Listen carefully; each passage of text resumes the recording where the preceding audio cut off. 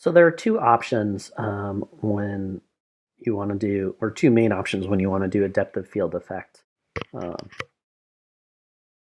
for your render. The first is in camera, so bake it right into the render, and that is the most physically accurate. And there are situations where it might be the right choice.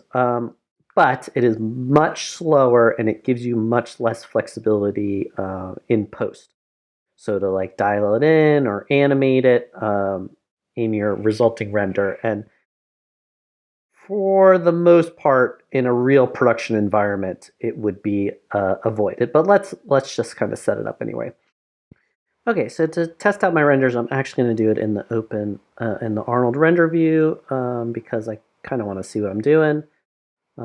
With the actual crop, I'm going to work at half resolution because I am on an ancient laptop. So let's just see what we got here.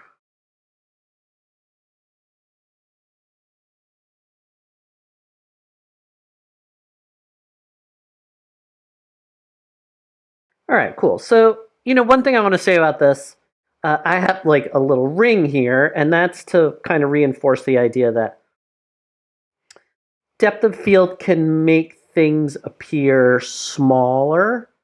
It implies like kind of a closeness, physical proximity to the subject. Um, there's little scenes where let me see if I can find one through the use of yeah, like this stuff through the use of a telephoto lens, which kind of removes any of the lens distortion, which kind of flattens the space out, so it's making it kind of more orthographic, and a super shallow depth of field, you're making realistic things look like little miniatures. So that's just something to keep in mind with depth of field in general. You don't want to just kind of use it willy-nilly on everything and like turn it on and make it really aggressive for everything because it can make everything look small. Now, in this case, for a diamond ring, it's what's going to give it realism, and it's going to kind of focus our eye on the thing we want to look at. So let's add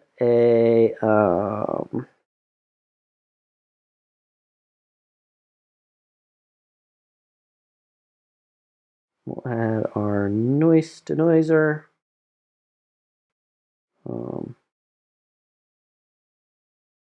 Which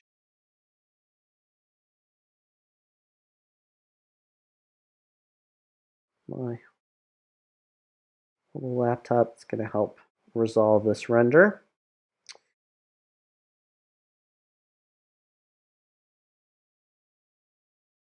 Which turns out like this. Okay, so to turn on the depth of field, you go to the camera. You go to the Arnold tab. And you simply enable depth of field. And then to start, nothing's going to happen. So as you increase the aperture size, the effect gets more aggressive. So what we need to do is put the depth of field where we want, and there's a couple different ways to do it. You could just kind of scrub until you find what you want. You can turn on a heads-up display. So heads-up display, object details, that'll tell you how far away from the camera things are.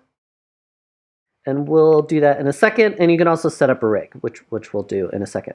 First thing I want to talk about, though, is like why you might not want to do this in the render. And the reason is it's much slower, and then it gets baked in. So you can't. So if you want to change it, you gotta change it after the fact here. So let's just like see what we need to do to tune out this noise. So I'm just doing one little spot, and it's still taking a bit. Now, to get rid of it, you have to turn up the camera anti-aliasing. And as I might have mentioned before, this number up here is a multiplier for everything that comes beneath. So the game is you set this as low as you can, you find the noise in each of these different channels, and then you're only tuning out the noise in the channel that exists. This is if you're doing CPU, which I have on my laptop. If it's GPU, everything's so much faster, it's like less of an issue anyway.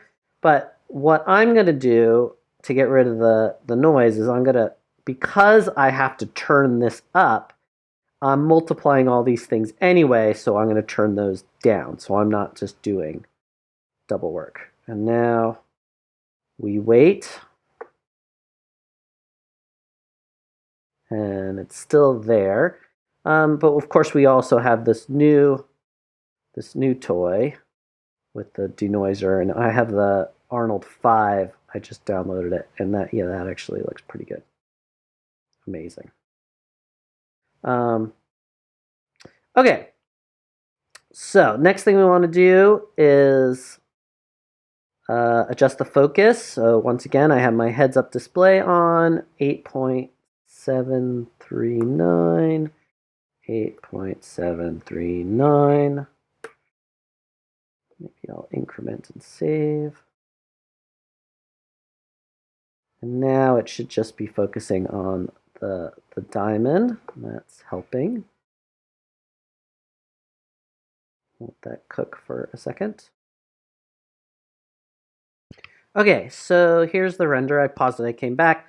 When we had the depth of field off, it was around 2 minutes, and now it's 8 minutes. So it's really expensive. But, I mean, it does look amazing. And like in the gemstone itself, the thing we're going to do in post, it won't look like this because it's actually doing the depth of field into the stone. So, I mean, yeah, it looks great. I mean, what can you say? But it's really expensive. So, that's the trade-off with anything. So now that we have that, let's close this for a second. And let's just set up a quick rig so that we can kind of automate our depth of field. So to do that, I'm going to just make my Shotgun invisible just so you can kind of see what's going on here. So I'm going to go,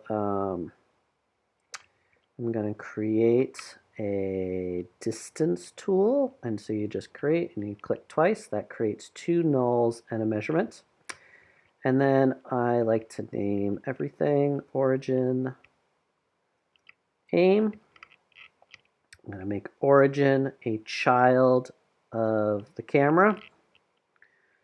And for the distance to be accurate, the null has to be in the same position as the camera. So to do that, I'm just going to zero all the transformation out. And that's a whole nother series of lectures. But basically what I'm doing is when you make something the child of something and you zero it out, you're basically moving the origin of the scene to that spot. Anyway, so now I have my aim, and if I go back to the point of view of the camera, and let's just the X. Now I can just hit V and snap it to whatever I want. Let's try to keep it kind of consistent. All right, and then what I need to do is plug this distance into the parameter of the camera. So I'm going to go Window, Node Editor. So there's my distance tool. Let's grab the camera. And then I'm going to grab the distance and plug it into, let's see if I can find it, AI focus distance. All right, no biggie. All right, and now if we go to, let's increment and save that. Now when we go to the camera, we look in the Arnold tab, the color has changed because it's being driven by something else. All right, so if I want, I'm going to hide the lighting for a second because when I move this and I have the lighting on it, for whatever reason it crashes. But anyway, if I want to just change whatever I focus on, I'm just holding down V and snapping to different parts of the ring, right? And that's getting us the number. That's setting the depth of field. So now we can, we could animate it if we wanted to, and we can dial in exactly where we're looking.